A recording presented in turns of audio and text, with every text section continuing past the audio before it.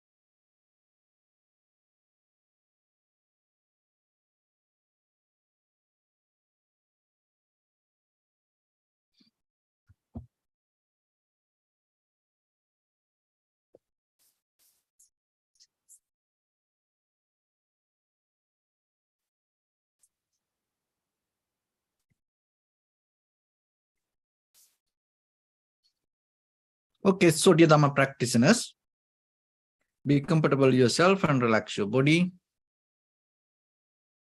Keep your back straight, neck straight in one line and your right palm on your left. So gently close your eyes and bring attention to this bell sound. And while you're focusing to the sound, mentally relax your body, relax your mind, and relax your breathing with your thoughts. So do nothing extra. Just follow the sound, please.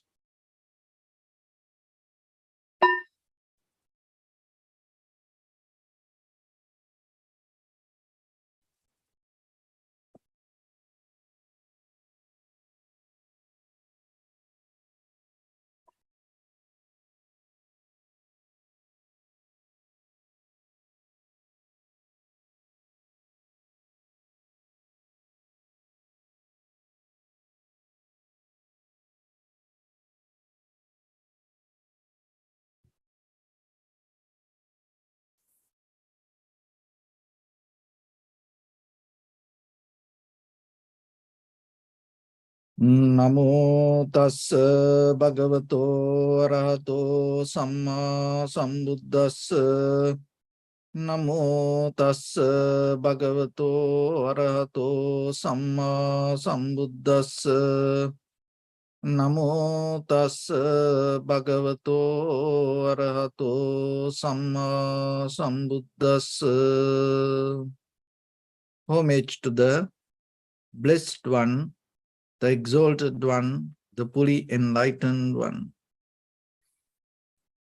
So, dear Dhamma practitioners, in these ongoing meditation sessions, we mainly try to share some basic information for yourself to build up a very clear and a very solid spiritual foundation. So when it comes to your own practice, so you have to remember that whatever that you understand, whatever that you interpret yourself, going to be your teachings, not what you hear. So what you hear will help you to understand yourself something. But just by hearing, not going to bring the total understanding. So while you're hearing, you have to have the clarity in you. If you hold it to some information, so the idea or kind of like your own point of view, when you hear something, you will mix that, whatever the ideas or the teachings with your own things, and maybe then by the time you're going to come up with something new. And maybe that's not going to help for your practice. So then you have to be very clear, because the thing is this, whatever we know so far, not enough for us to get out of this path. So we need something new. Without bringing something new, you can't find the new solutions for your life. So anything the same. So whatever this life itself, it's kind of like a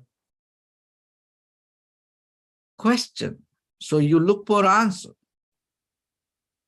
And tomorrow and our future, our sansaric journey, and itself kind of like a question. So using your own thoughts, ideas, if you try to bring the answer, then you already have the answer. But what we need to know, that so far, whatever the information that we carry within us, not enough or it's not capable to get the right answer for us. So then repeating the same thing, we can't bring something new. So that's why when it comes to meditation, so one thing is slowly you have to drop the most of unnecessary informations that you carry within yourself. It is not easy. Why? But that most of the information that we carry within us related to the self-centered idea, related to I am. You define yourself using that unnecessary informations. So that's why it is not easy. But when you keep practice little by little, when you develop the tranquility state, it will help you to slowly release this. So when it comes to that, rather than looking for what is right or what is wrong, rather than trying to struggle with something, rather than resisting, what you need to do, you have to develop the awareness. Because once the awareness becomes sharper and clear, once the mindfulness becomes clear, what will happen as a result of that, that unnecessary informations will go away. So you no need to think about it, and you no need to select, oh, this is important, this is not important, like that. In ordinary life, we do it. But this is totally different way of understanding. So that's why rather than focusing to informations, start to focus yourself to develop the awareness, develop the mindfulness. Don't waste your time to look what is right or what is wrong. Because that most of time, that from the childhood, that what is right, what is wrong, what is good, what is bad came to us, not knowingly the very essence of it, but most of time we hold these old ideas out of the rules and regulations and the discipline. So that most of the discipline and from our parents, from our teachers, from our culture, society, gave to us not to take us towards the understanding. Most of discipline gave to us to control us and keep the power within them, even the parents. When the parents want to keep the power within them, they try to give discipline to children to control the children. And the school the same. Not to take the child to understanding, not to child to develop, not to child to take towards the truth. So the most of time, even the society tells us, don't do this, do that. This is right, this is wrong. The culture teach us because they want to control us. Somebody need to keep the power. And it's kind of like a developing hierarchy. Even with the religions, the same. So the most of the spiritual practice, the same. But when it comes to the Buddha's teaching, it is totally different. The discipline you use only to purify yourself through this practice. And as a result of that, your bodily, verbally, mentally actions become more clear. And out of that clarity, that the outcome going to become more profitable for you and for others. It is not to hold anybody. It's not to divide anybody, not to keep someone away or not to control somebody. So then if you use that kind of method to yourself to understand your own things, you are still in the same circle using things. And as example, when you go a little bit deeper, if you can catch it. So the most of time we do things or we don't do things to protect ourselves. The idea of self. Not to find the liberation or not to find the kind of like not to find the profitable skills. Not to make any profitable skills, but to protect ourselves, the idea of self, I am. So if you develop your discipline to protect the idea of self, that means your practice based on some kind of the shadow that you develop in you, there is somebody like you. So if you yourself work to protect that I am, you will never get out of that idea. So that doesn't mean you should, stay away from anything. No. But the thing is, when it comes to meditation, when it comes to listening, when it comes to practice yourself, you should not hold it to that self-centered mind or the self-centered idea. And so, because when it comes to tranquility state, as example, your body, your mind, your breathing become one. So when it comes to that, what will happen? Your perception and feelings. You can't divide or you can't interpret using ideas, because to interpret or divide or explain the perception, you have to have dualistic mind. You have to have some other things to bring it to that to explain. And the feelings, as example, pleasant feeling, unpleasant feeling, and neutral feelings. So when in a real tranquility state, there's no pleasant feelings or there's no unpleasant feelings or there's no neutral feelings like that. You can't divide. So that's mean what? That's mean in a certain level in you, even though you experience this today with your eye, ear, nose, tongue, body, mind, and whatever you understand, there is a different way of understanding. So as example, it like this. In a very conventional level, when we say something, it doesn't match or it doesn't go with our ideas, we say it doesn't make sense. So it doesn't make sense mean it doesn't have any kind of logical interpretation, or it doesn't have any meanings in it.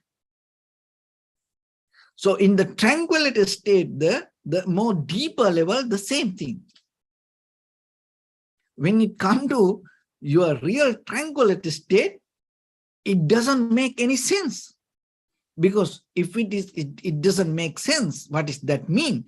You can explain it, you can interpret it. So for that, you have to have dualistic mind, and you have to have more other information. And for that, and according to you and somebody else, and there is a conversation, and in that conversation, you bring your previous ideas, or maybe your future plans.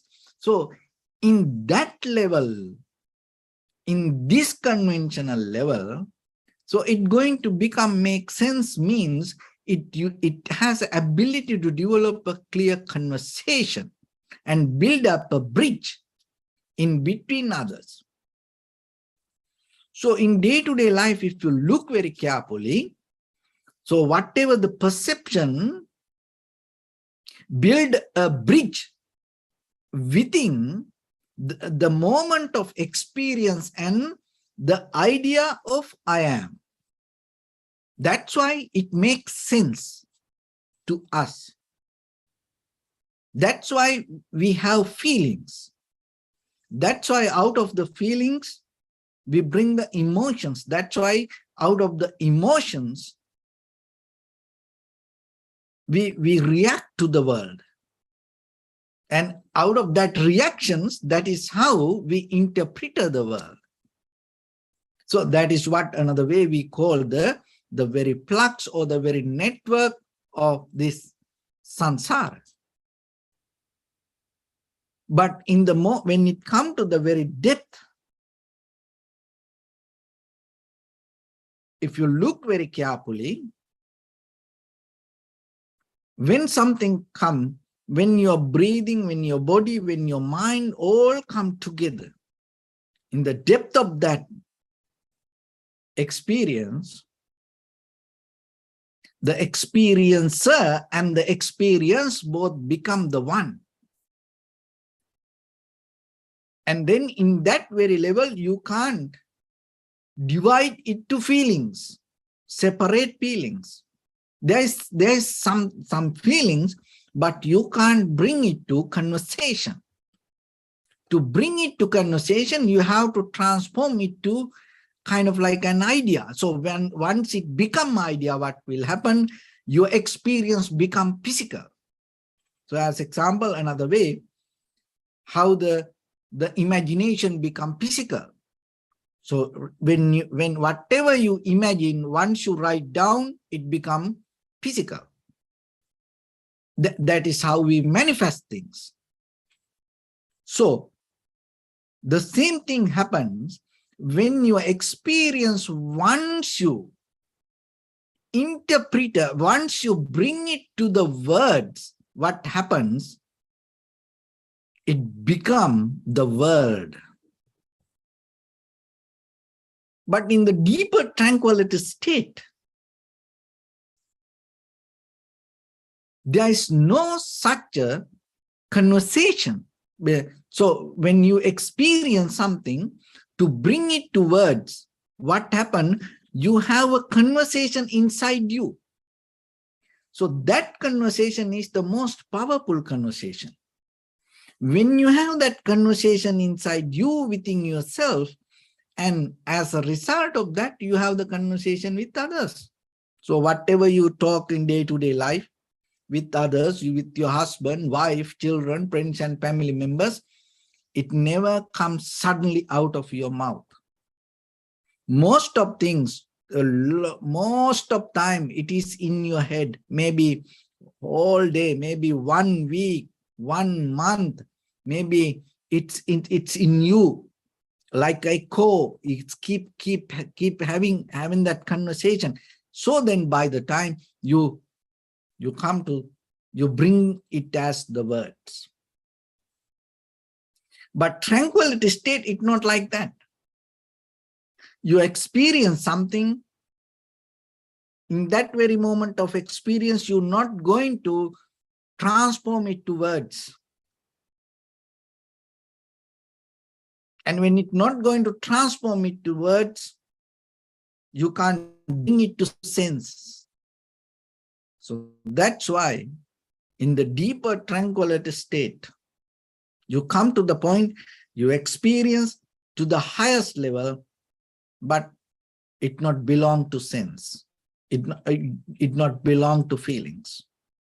That is where you find the total freedom.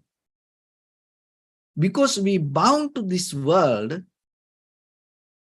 in this conventional world as human beings, we bound with the perception and feelings. So whatever that with other people or other things with the society, we communicate, even though we communicate with the words, in the deeper, we try to inform the feelings.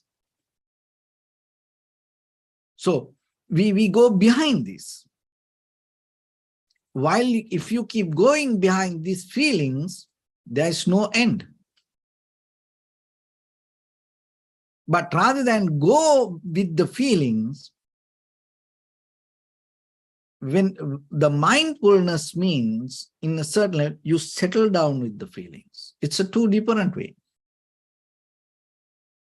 So that's why you by the time you develop a total contentment in you, satisfaction, and the fullness and the newness in you, moment by moment, moment by moment. So that newness, that contentment, and will help you to get out of this cravingness.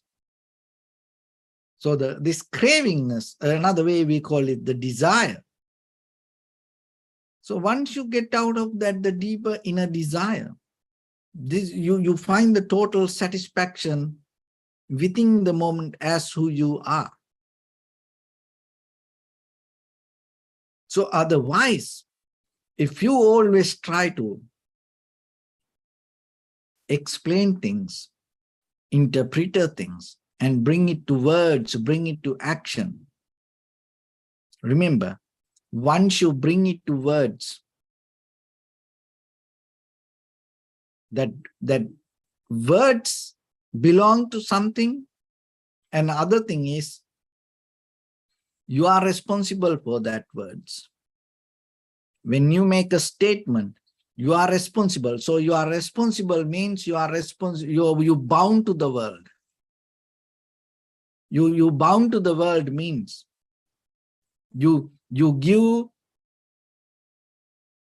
yourself to the world. So then maybe there is no way you can bring back. It is very difficult. You have to pay for that. Maybe very high price you have to pay for that. So this happened as a result of conversation. But when you go deeper into practice, what happens? You come to the moment of experience without trying to communicate, without trying to put it to words.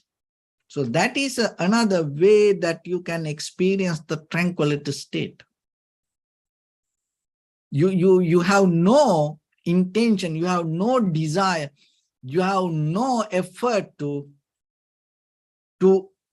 convert it to words, because we have so much cravingness to convert into words. Always we try to say something and try to bring it to words. From childhood we have that. Knowing or unknowing, always we try. Even we think, we determine, I'm not going to say anything. Just go to sleep. Maybe while you're sleeping, you talk. This is how it happens. Because this is a deeper echo that keep happening in us. That is why it happened. So then you have to remember in day-to-day life. So to shut down that inner conversation, because that inner conversation build up this whole outside communication. So in tranquility state, little by little, if you come to that clarity, so by the time what will happen? You are capable to develop very clear mind, and then, and out of that mind, out of that moment of experience, when you come to the total moment of experience without trying to convert it to words, you totally will see something else within you.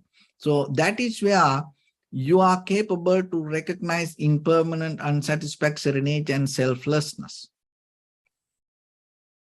So otherwise, this by words, if you try to understand impermanence, it's something else. So listening to talks, or listening to Dhamma talks, or listening to teacher, or listening to somebody will help for a certain level. But when it comes to you, there is a moment you have to drop it.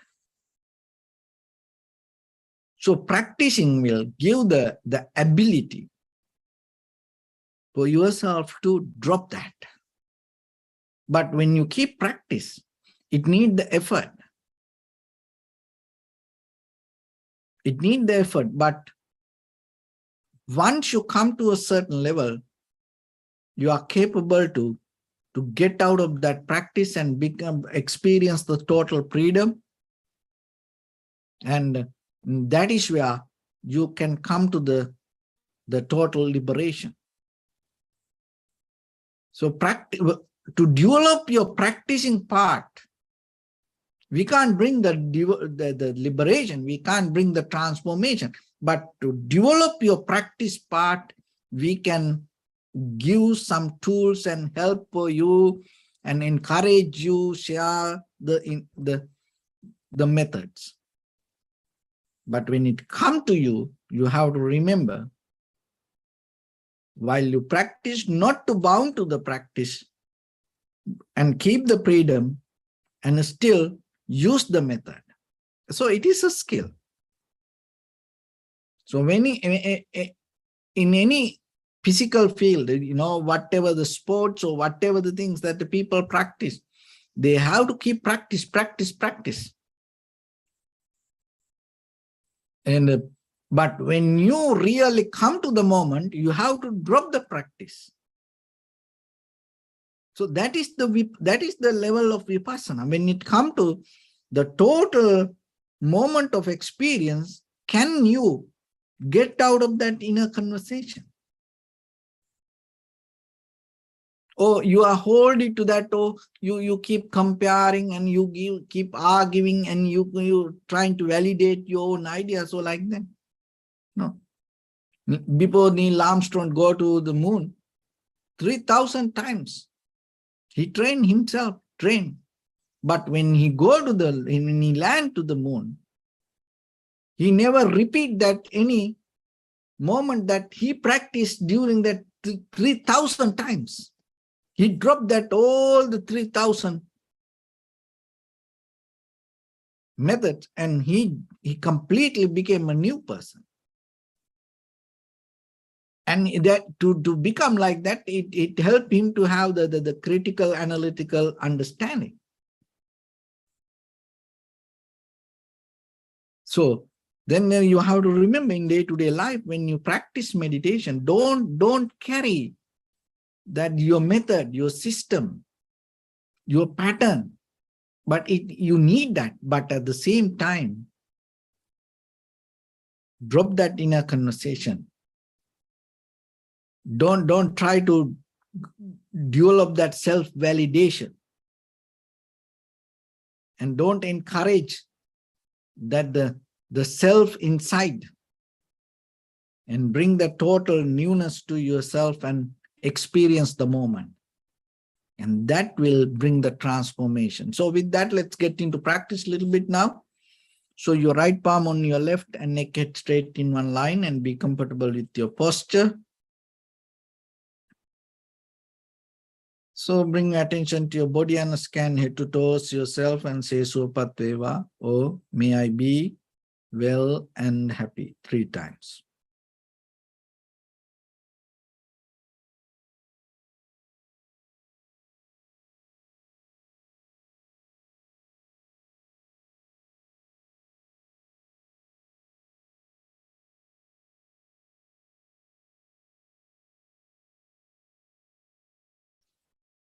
Take a moment and think. We gathered here in this moment to practice this ancient meditation technique.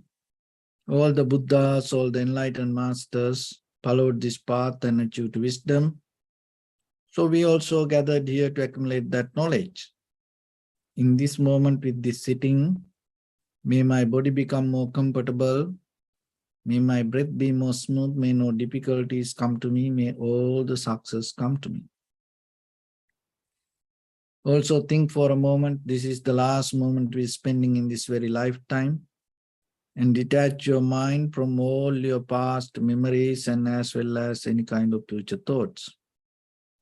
Just try to remain in the present moment, observing the sensation of your inhalations and exhalations.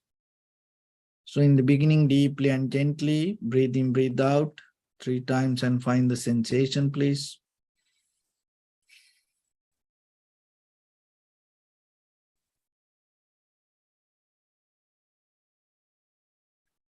And allow your inhalations, exhalations happen itself.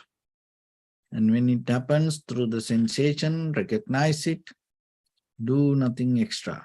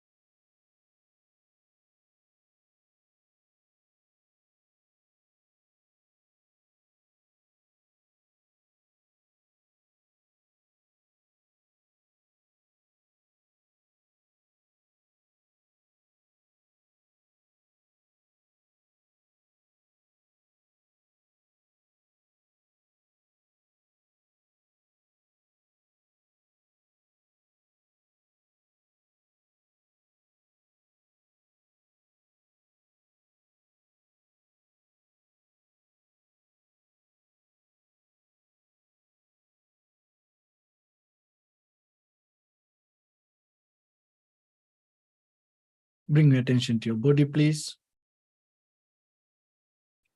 Observe your posture.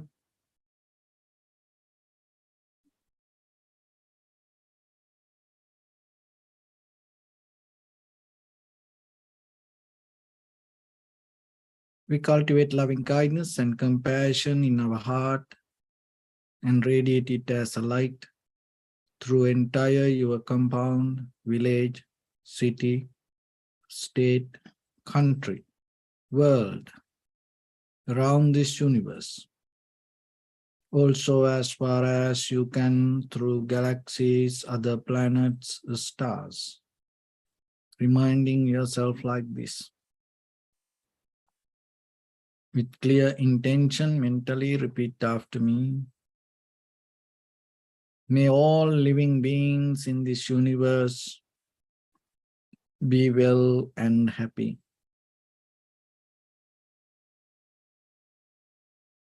May everyone be happy and safe. And may their hearts be filled with joy. May all living beings live in security and in peace. Beings who are frail or strong, tall or short, big or small, visible or not visible, near or far away, already born or yet to be born. May all of them dwell in perfect tranquility. Let no one do harm to anyone. Let no one put the life of anyone in danger.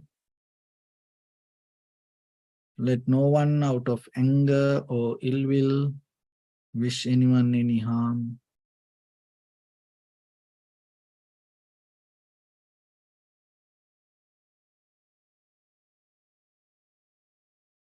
Expand the loving kindness and compassion beginning from your heart.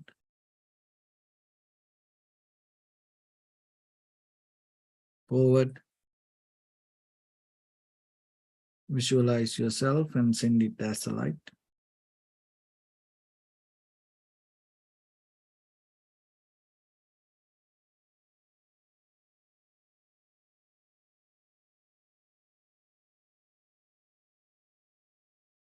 To your backside.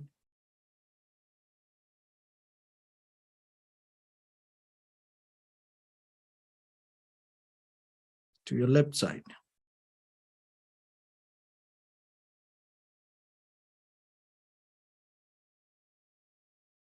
And to your right side.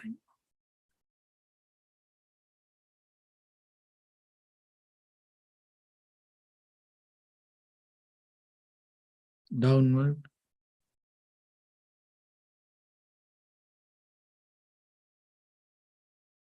And upward.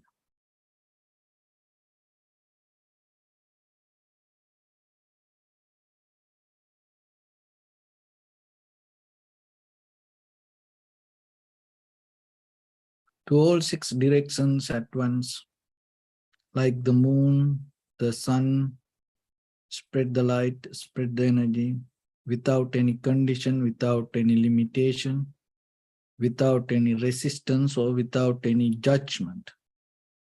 Let your heart to shine with the loving kindness and compassion from the bottom of it, with the maximum effort to the highest. Wishing yourself, may all living beings in this universe be well and happy.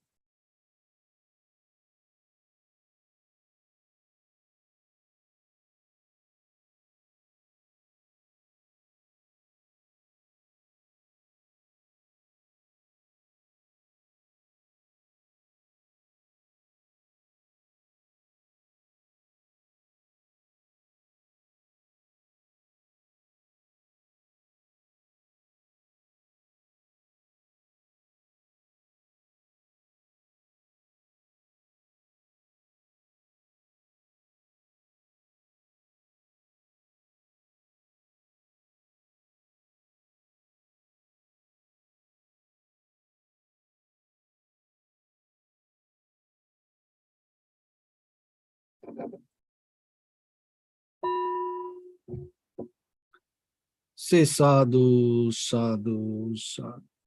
So first of all, we offer this practice to the great qualities of the Buddha, Dhamma, and the Sangha.